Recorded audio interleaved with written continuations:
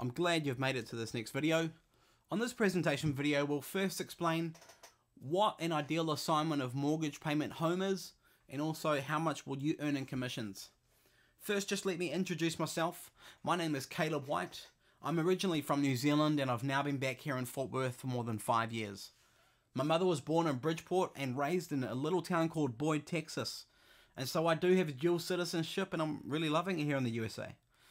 I work with my father, Paul White, and as far as I'm concerned, this country is still a land of opportunity, and especially when it comes to making money through real estate. I've learned that I simply have to get out of the common real estate box and change what I'm doing to meet the need around us. People are in desperate need today for solutions, and now we can be the solution and at the same time get paid for it. Just a few things I want to go over with you today. The first one is, what is an ideal house for assignment of mortgage payments? Okay, it can be a home with a value less than the mortgage amount, but in most cases, the difference should be less than 20%. It can be behind in payments, but again, in most cases, no more behind than 5% of the selling price.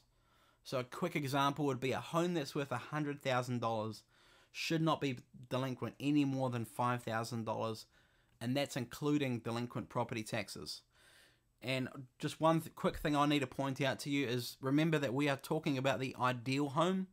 Of course we can be flexible on this. And why? Because the end buyer has to pay the delinquent amount plus your commission, as well as our assignment fee and the down payment amount. So the lower the down payment required, the higher the chances are of finding an end buyer. And why do we want to limit the delinquency amount? It all has to do because it has to be paid off by the end buyer when they purchase the house.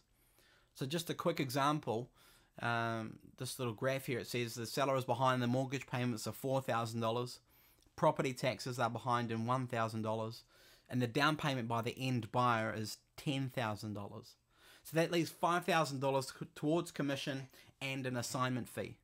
So we want to keep that down payment as low as possible. Also, you might have to take into account that sometimes these homes are in property owners associations or homeowners associations, and people can get delinquent on those as well. So we have to remember that as well. 3, the value of the home can be more than the mortgage, or even have no mortgage at all. Our attorney can help us to wrap a loan around the existing loan so the owner can get a fair price. And also our attorney can help us create a loan for the owner when there is no loan. So if it's an owner's investment home and they say no, and they want to sell it outright, ask what they intend to do with the money from the sale of the house. Most of the time they will invest their money, but their return on investment typically will be very low. Then ask if they would like to double or sometimes even triple their return by keeping it in their own home. Obviously no toilets to fix or other maintenance to do, as you are selling the home to the buyer. So this is not a rent to own program or a lease option program. This is totally different.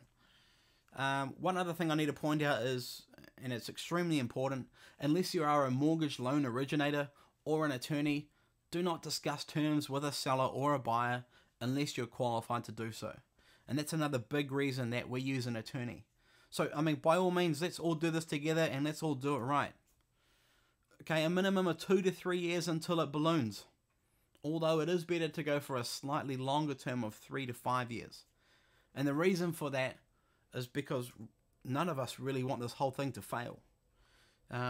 We need to give people enough time so they can get their credit rating in a good enough shape so they can qualify for a new loan. Some forbearance agreements can qualify and some can't. Each one stands on its own merits, and our attorney will make that decision. Okay, now probably one of the biggest questions you're asking is about commission. So I'll go over that with you right now. We'll pay you a 3% seller's commission of the total sales price, or if there is not enough profit in the deal to pay you 3%, we will at least share our profit with you by giving you half of the profits. So we will guarantee 50% of the profit or 3% of the sales price, whatever is the lesser amount, and we'll explain this further in the next video. If you have any questions from this video, please email info@kiwiinvestments.com. Alright, well thank you very much, and we'll see you in the next video.